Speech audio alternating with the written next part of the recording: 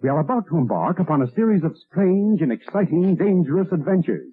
Adventures that will lead us to all parts of the world. Hello and welcome to another Bad Comic Review. This time we're looking at Red Sonja issue 1. This is from the 2023 series from Dynamite, written by Torunn Gronbekk, art by Walter Geovani, colors by Omi Remalante Jr., letters by Simon Bowland, edited by Joseph Rybant. I have cover A by Shannon Maer. That is a really well done cover, but it is just kind of a poster pinup. There's implied action because of the blood on the sword, which does a really good job of leading your eye across the page, like leading lines should, but there's really nothing indicating who's fighting who or anything. But it is probably one of the best covers of the 8 million covers that you'd get from Dynamite. So Sonja is on the run as usual from some shenanigans that she may or may not have done. Apparently this lady got killed and they're sort of blaming Sonja for it, and she goes to seek help from a religious guy who has some kind of past with her, and she ends up getting mixed up in a bar fight that may or may not have something to do with some sacrificial shenanigans going on in Vestfold. Overall, the story's not bad. It's not great, but I didn't hate it. It's a bit generic. The idea of this corrupted priest sacrificing people to the flames that are somehow in communication with the gods is mildly interesting. I'm a little curious how they're going to drag Sonja into that completely, but it does feel a bit generic in this first issue. So I didn't hate the story. I just don't think there was a lot very original here, and this weird young kid hitting on Sonja was kind of creepy and weird. But overall, it was an okay issue. The art's not bad. It's better than most Dynamite books. There's definitely a lot more background detailing than I expected, and there are some really good posing shots and some decent perspective shots. The combat scenes were pretty well done. I think the artist here has a lot of potential and is definitely doing better than most of the DC or Marvel artists. They rely very heavily on action lines though, which is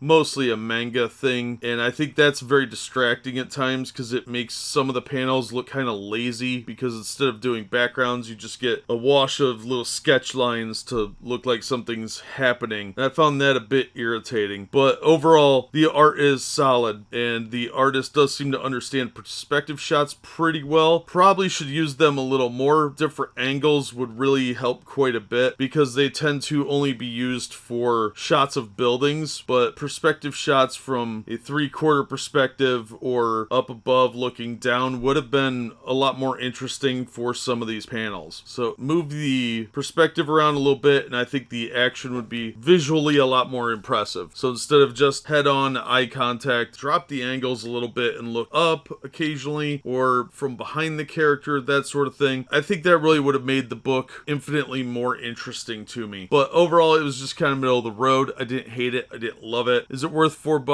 Not really. I didn't really feel cheated for the money. I just was indifferent on it. It was a little too forgettable and generic. So if I remember, I'll pick up issue 2, but I'm not exactly in a rush to, and it didn't blow me away. So I would say if you're interested in this, try and grab it out of a bargain bin for less than cover price. But again, it was compelling enough I would read issue 2. So if you are a huge Red Sonja fan, you might like it a little better than me. So if you're a big Red Sonja fan, I would say then you're more inclined to pick it up for cover price. That's going to do it for this one. Thank you so much for listening and supporting the channel. If you enjoyed the video, please hit the like button and don't forget to subscribe so you don't miss future reviews. If you'd like to help the channel out in other ways, links are in the description to various support methods. And as always, we hope to see you on the next one.